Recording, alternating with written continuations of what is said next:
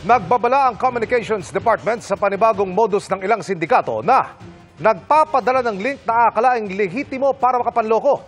Sa mga mahilig naman mag-online shopping, may paalala rin ng isang grupo para iwas scam. Nakatutok si Mariz Umali. Aminado si Nympha na addict na siya sa online shopping. Katunayan, anuman daw ang makita niyang maganda ay nahihikayat kagad siyang i-add to cart. Dahil madalas di na raw niya sinusuri ang pinagbibilhan, nakailang beses na nga raw siyang naloko. Kung hindi tamang produkto, kulang-kulang naman ito. Masama ang loob ko. Ang ginawa ko kaagad, tinext ko yung seller na ang ganda-ganda ng ipinakita nyo tapos hindi naman ganun yung i-deliver niya sa akin. Sabi ko, manloloko kayo. Si Jubel muntik na rin daw ma-scam sa kakabili niya online. Dumating po siya sa akin, worth 500 naman po siya. Kaso, pag hawak ko po, walang laman. Tapos, hindi ko po pinali si rider. Inopen ko po sa harap niya. Yun nga po, wala siyang laman. Nakakatakot po. Sayang, nakakatakot. Na makuha naman nga po ng pera. Babala ng grupong Digital Pinoys, maraming nagpapanggap ng lehitimong negosyo pero scammer pala.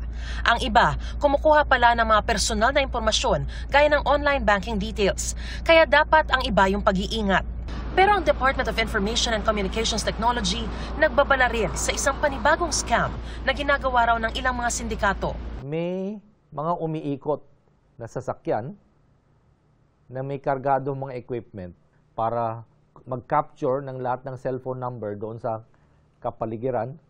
At once makuha yung cellphone number, binabato ngayon na itong mga messages na ito. Parang text blast. Oo, text blaster. Maaari raw malinlang ang publiko dahil nagpapadala ang mga ito ng links na akalaing lehitimo pero peke pala. Dadalhin ka doon sa mismong site na mukhang kamukha nung lehitimong site kasi kinopya lang nila. Pero hindi totoong site yon. Please key in your username, your password, and then pag key in mo dyan, kuha na yung detalye mo, yung credentials mo. At pwede nang masimot kung ano man yung pera na nandoon sa account na yun. Masyado raw advanced at sophisticado ang mga equipment ng mga sindikatong ito na di raw matapatan ngayon ng DICT. Kaya payo na lang ng mga otoridad, oras na makatanggap ng ganitong mga text, kahit mukhang lehitimo, wag na wag kayong magkiklik ng anumang link o wag tatawagan ang cellphone number na ibibigay sa mensahe. Papasko, medyo may pera yung mga tao at gustong mamili, magdoble ingat po kayo sa inyong transaction, lalo na online. Always be suspicious of your kung sinong, lalo na kung unsolicited. Nakikipag-ugnayan na ang DICT sa mga e-wallet providers, online bank accounts at telcos para maabatan ang scam na ito. Para sa GMA Integrated News, Mariz Umali, nakatutok, 24 oras.